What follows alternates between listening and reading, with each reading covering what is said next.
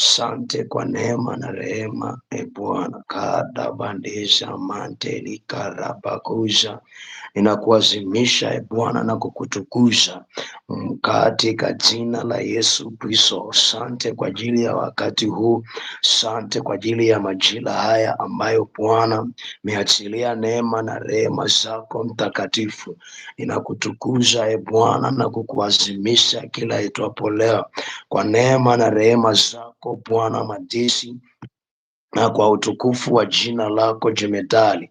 Sante kwa neema na rehema zako ambazo naziachilia e Bwana. Sante kwa neema ya uzima, sante kwa neema ya ulinzi, sante kwa neema ya ulinzi mtakatifu, Mungu mwenye nguvu.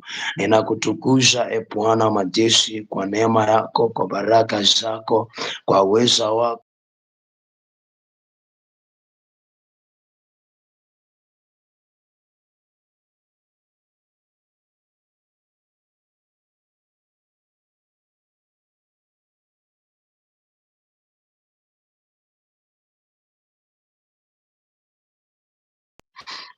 kwa uweza wako na nguvu zako jemedali, kwa uweza wako Bwana na nguvu zako, katika jina la Yesu Kristo na kwa damu ya Yesu